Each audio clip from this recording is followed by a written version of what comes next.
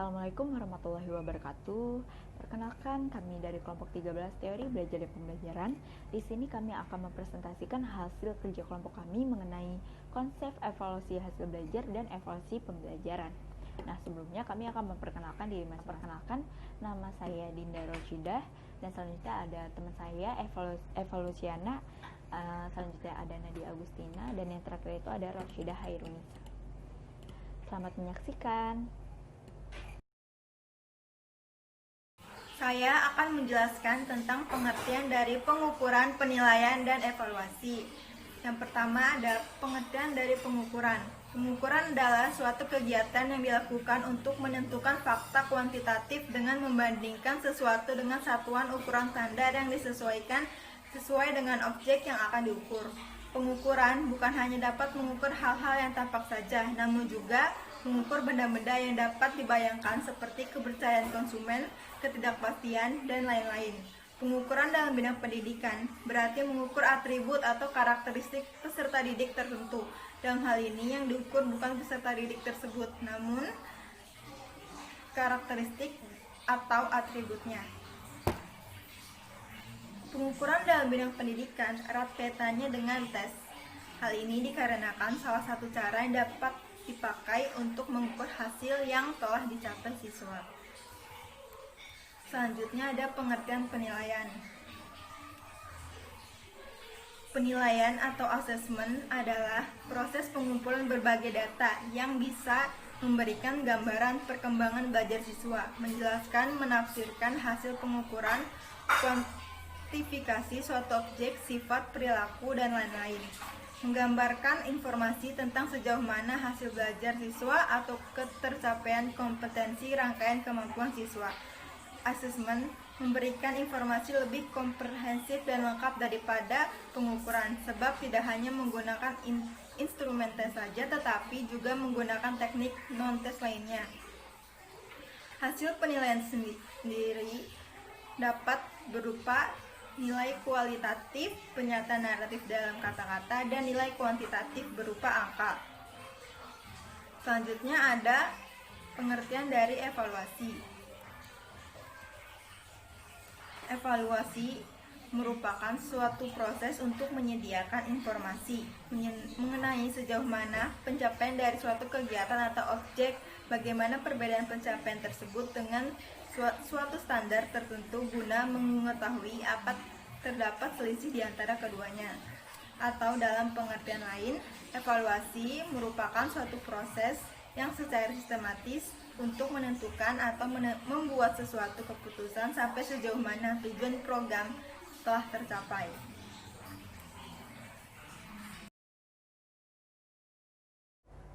Oke, selanjutnya saya Dinda. Di sini saya akan menjelaskan terkait fungsi evaluasi hasil belajar, pengertian evaluasi pembelajaran, dan fungsinya.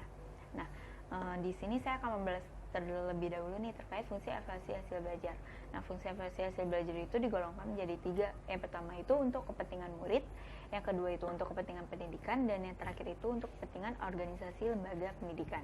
Nah, di sini saya akan membahas terkait fungsi evaluasi hasil belajar untuk kepentingan murid. Yang pertama itu fungsinya untuk mengetahui kemajuan belajarnya. Nah, jadi kemajuan belajar murid itu dapat diketahui dengan membandingkan statusnya sebelum dan sesudah melakukan prestasi sebelum mengikuti pelajaran dan prestasi sudah belajar. Nah, yang kedua itu untuk dipergunakan sebagai dorongan atau motivasi belajar. Keberhasilan maupun kegagalan usaha belajar yang tercermin dalam hasil studi akan berpengaruh besar bagi usaha-usaha belajar selanjutnya. Bagi murid-murid yang telah berhasil memperoleh studi yang baik, yang berarti mengalami keberhasilan studi, hal itu akan dapat dijadikan pegangan atau ukuran bahwa proses atau cara belajar yang dilakukan selama ini sudah cukup baik. Nah, yang ketiga itu untuk memberikan pengalaman belajar atau self-evaluation. Nah, mengetahui angka keberhasilan atau kegagalan akan dapat dijadikan pegangan atau ukuran terhadap usaha-usaha belajar selanjutnya. Nah, selanjutnya yang kedua itu fungsi evaluasi belajar untuk kepentingan pendidikan. Nah, fungsinya itu yang pertama untuk menyeleksi murid-murid yang selanjutnya berguna untuk menambah keberhasilan berikutnya. Maksudnya apa sih? Nah, seleksi itu berarti kita menyaring beberapa orang dari banyak orang untuk suatu program studi atau lapangan kerja tertentu. Nah, sebagai alat untuk menyeleksi tersebut dipergunakanlah semacam tes, ujian, tugas-tugas, dan lain-lain. Nah, yang kedua itu untuk mengetahui sebab-sebab kesulitan belajar murid. Salah satu tugas dari pendidikan atau guru ialah memberikan bimbingan belajar pada murid-muridnya agar mereka dapat belajar dengan baik. Agar guru itu dapat memberikan bimbingannya dengan baik, maka diperlukannya maka guru tersebut harus mengetahui nih apa kekurangan-kekurangan yang dimiliki oleh murid. Nah, yang ketiga itu untuk memberi pedoman mengajar. Nah, tes diagnostik yang dimaksud untuk mengetahui tentang sebab-sebab kesulitan belajar murid, di samping berguna untuk membimbing cara belajar murid, berguna juga loh untuk memberikan bimbingan mengajar kepada guru. Terus yang keempat itu untuk mengetahui ketepatan metode mengajar. Dengan memulai hasil belajar murid, akan dapat diketahui nih prestasi murid, yaitu apakah murid-murid dalam kelas itu memperoleh skor rata-rata itu tinggi atau rendah. Terus yang kelima itu untuk penempatan murid dalam kelasnya. Nah, dengan melakukan pengukuran terhadap prestasi murid ini, akan diketahui nih perbedaan tingkat prestasi belajar murid. Dengan mengetahui perbedaan tingkat prestasi belajar murid-murid ini, selanjutnya berguna untuk menggolong-golongkan murid sesuai dengan tingkatannya. Selanjutnya, yang ketiga itu fungsi evaluasi belajar untuk kepentingan organisasi lembaga pendidikan. Nah, fungsinya itu apa sih? Yang pertama itu untuk mempertahankan standar pendidikan. Nah, dalam evaluasi hasil belajar ini, standar itu merupakan persyaratan minimum untuk menentukan lulus tidaknya atau menguasai tidaknya seseorang dalam tugas-tugas yang diberikan kepadanya. Terus yang kedua itu untuk menilai ketepatan kurikulum yang disediakan. Nah, dalam usaha mencapai tujuan pendidikan diperlukannya nih macam-macam sarana. Nah, kurikulum itu merupakan sebagai sarana itu. Terus yang ketiga itu untuk menilai kemajuan sekolah yang bersangkutan. Nah, salah satu faktor yang terpenting untuk menilai kemajuan suatu sekolah itu ialah dengan mengetahui tentang prestasi belajar murid-muridnya. Di samping tata kerja, sistem administrasi, kualifikasi tenaga pekerja, perlengkapan pendidikan atau laboratorium dan sebagainya. Selanjutnya saya akan menjelaskan terkait pengertian evaluasi pembelajaran. Nah, kan tadi udah dijelasin ya oleh teman saya apa sih pengertian dari evaluasi itu. Nah, di sini saya akan membahas nih terkait pengertian apa sih pengertian dari evaluasi pembelajaran itu. Jadi, pengertian evaluasi pembelajaran itu merupakan pengumpulan kenyataan secara sistematis dalam menetapkan apakah terjadi perubahan pola pada kenyataan dalam diri seorang siswa. Bisa juga merupakan proses menggambarkan, memperoleh, hingga menyajikan informasi, menilai alternatif keputusan. Nah, evaluasi ini memiliki tujuan yang berbeda nih dalam setiap ujian. Sesederhananya, evaluasi ini digunakan untuk memperbaiki sistem. Nah, caranya itu adalah dengan memberikan penilaian berdasarkan data yang diambil dari sekelompok atau suatu objek. Nah, lantas apa sih fungsi dari evaluasi pembelajaran itu? Nah, sebenarnya itu fungsinya itu nggak jauh beda ya dari yang tadi saya sudah jelaskan terkait fungsi hasil evaluasi belajar. Nah, jadi di sini saya akan mengulas ya. Nah, fungsinya itu digolongkan menjadi 3. Yang pertama itu bagi murid, yang kedua itu bagi guru, dan yang terakhir itu bagi lembaga pendidikan. Nah, apa sih fungsinya bagi murid? Nah, jadi fungsinya itu untuk mengetahui tingkat kemajuan belajar seorang murid, membantu memberikan dorongan belajar atau memotivasi belajar, dan memberi pengalaman dalam belajar bagi murid tersebut. Terus yang kedua itu bagi guru. Apa sih fungsinya? Nah, fungsinya itu untuk menyeleksi murid dan mempersiapkan keberhasilan murid. Nah, mengetahui faktor penyebab seorang murid belajar dan memberi bimbingannya, memberikan pedoman belajar seorang murid, dan mengetahui ketetapan metode mengajar dari guru tersebut. Terus yang terakhir itu bagi lembaga pendidikan. Nah, fungsinya itu untuk mempertahankan standar dan mutu pendidikan, terus menilai ketetapan kurikulum yang diaplikasikan, dan menilai kemajuan suatu sekolah atau lembaga pendidikan yang aktif memberikan kontribusi. Saya Eva Luciana. Di sini saya akan menjelaskan tentang pengertian penilaian acuan patokan dan penilaian acuan norma. PAP adalah singkatan dari penilaian acuan patokan. Jadi suatu penilaian disebut dengan PAP atau penilaian acuan patokan jika dalam melakukan penilaian itu kita mengacu kepada suatu kriteria pencapaian tujuan atau instruksional yang telah dirumuskan sebelumnya. nilai-nilai yang diperoleh siswa dihubungkan dengan tingkat pencapaian penguasaan siswa tentang pengajaran sesuai dengan tujuan yang telah ditetapkan. Kriteria yang digunakan pun sifatnya harus mutlak, artinya kriteria itu bersifat tetap dan berlaku bagi semua siswa yang mengikuti tes di lembaga yang terkait. Selain itu, nilai dari hasil penilaian acuan patokan atau PAP ini dapat dijadikan indikator untuk mengetahui sampai di mana tingkat kemampuan dan penguasaan siswa tentang materi pengajaran tersebut. Sebagai contoh, jadi untuk dapat diterima sebagai calon penerbangan, setiap calon tuh harus memenuhi syarat antara tinggi badan minimal 170 cm. Nah, berdasarkan kriteria tersebut, maka siapapun yang tidak memenuhi syarat akan dinyatakan gagal dan tidak akan diterima. Selanjutnya saya akan menjelaskan tentang pengertian acuan norma.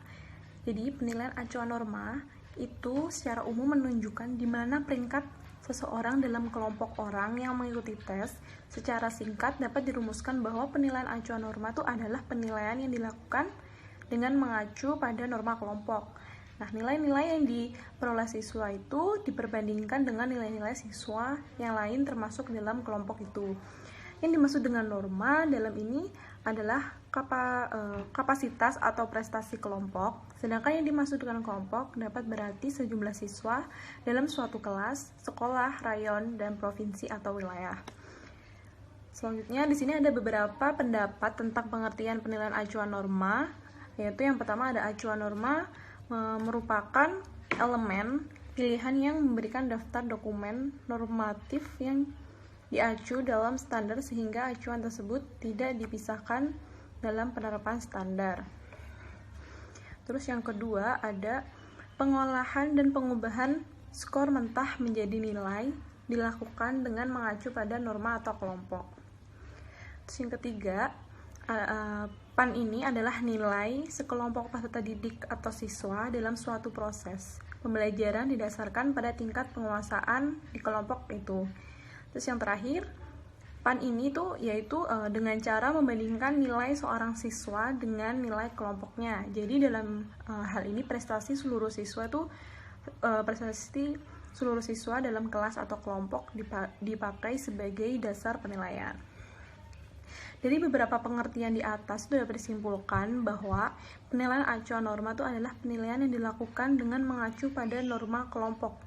Nilai-nilai yang diperoleh siswa diperbandingkan dengan nilai-nilai siswa yang lain yang termasuk di dalam kelompok itu. Nah, contohnya itu adalah sebagai contoh pada pelajaran bahasa Indonesia nih, siswa yang mendapatkan skor 80 di kelas B akan mendapatkan nilai A, sedangkan di kelas C siswa yang mendapatkan skor 65 akan mendapatkan nilai A juga.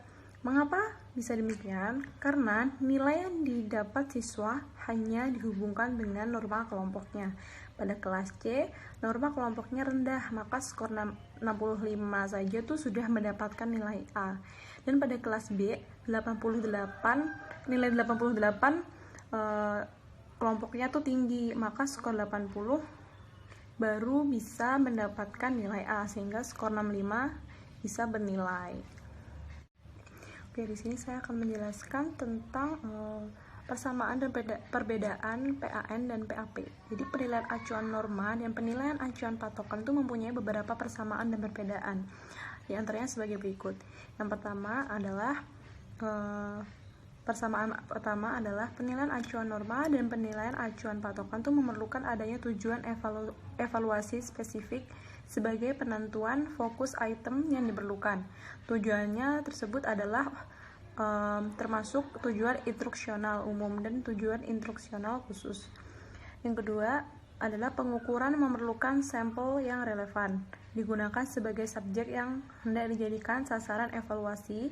Sampel yang diukur mempresentasikan populasi siswa yang hendak menjadi target akhir pengambilan keputusan. Terus yang ketiga adanya persyaratan perumusan secara spesifik perilaku yang akan diukur. Terus yang keempat, keduanya itu dinilai kualitasnya dari segi validasi dan reliabilitasnya. Terus yang terakhir, keduanya itu juga digunakan ke dalam pendidikan walaupun untuk maksud yang berbeda. Selanjutnya saya akan menjelaskan tentang perbedaannya. Perbedaan kedua penilaian tersebut adalah yang pertama, penilaian acuan norma biasanya tuh mengukur sejumlah besar perilaku khusus dengan sedikit butir tes untuk setiap perilakunya. Penilaian acuan patokan biasanya tuh mengukur perilaku khusus dalam jumlah yang terbatas dengan banyak butir tes untuk setiap perilakunya. Terus yang kedua, penilaian acuan norma tuh menekankan perbedaan di antara peserta tes dari segi tingkat pencapaian belajar secara relatif. Penilaian acuan patokan menekankan penjelasan tentang apa perilaku yang dapat dan yang tidak dapat dilakukan oleh setiap peserta tes. Yang terakhir, penilaian acuan norma itu digunakan terutama untuk survei. Penilaian acuan patokan digunakan terutama untuk penguasaan.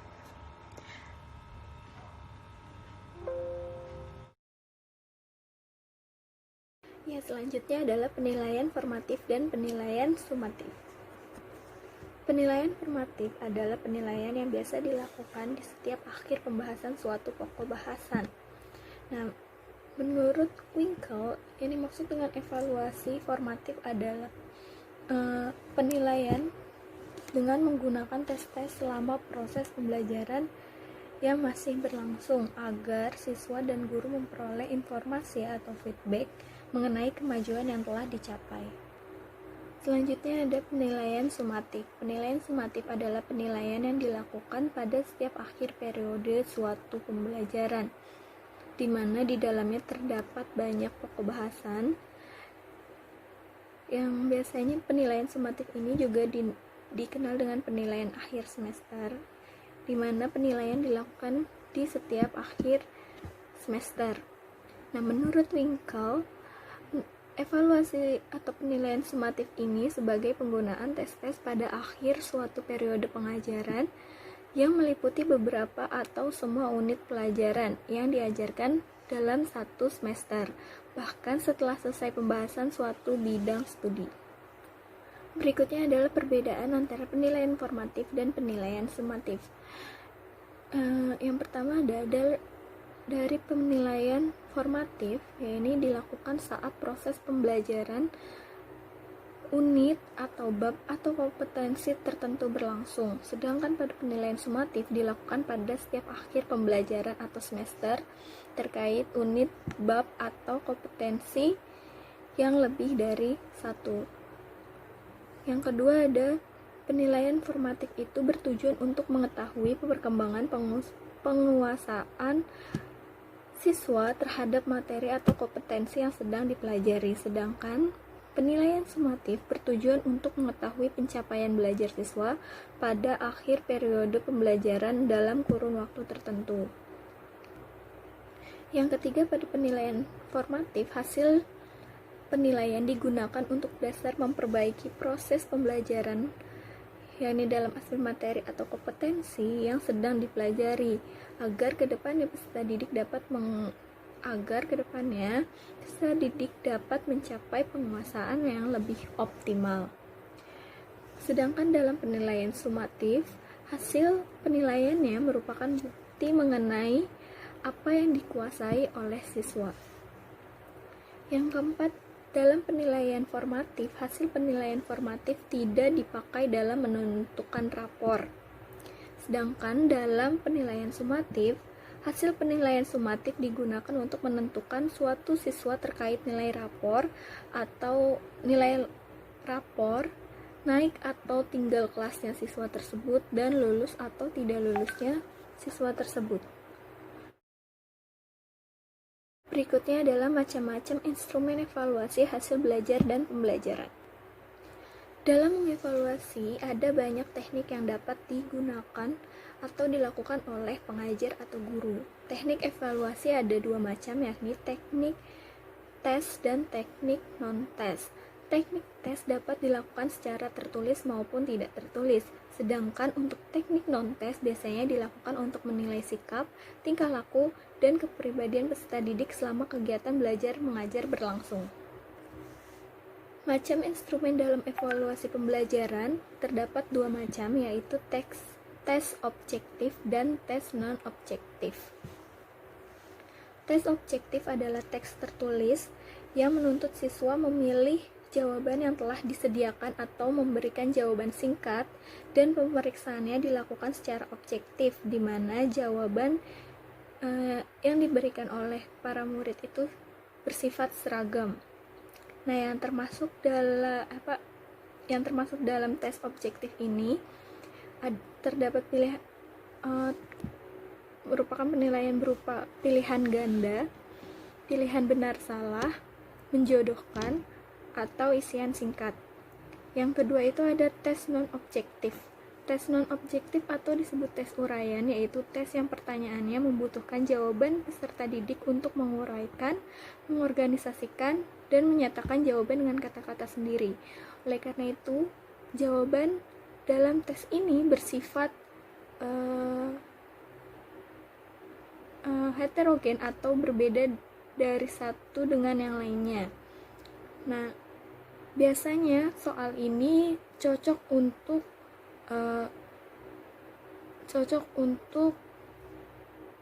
pelajaran sosial.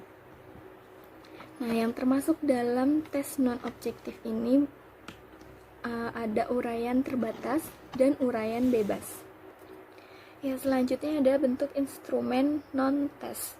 Instrumen non-tes adalah instrumen selain tes prestasi belajar.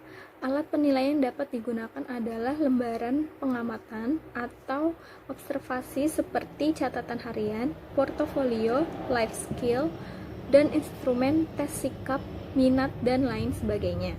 Nah, yang meliputi dari bentuk instrumen non-tes ini ada tes skala, tes minat belajar, tes motivasi berprestasi, tes kreativitas, dan tes lisan.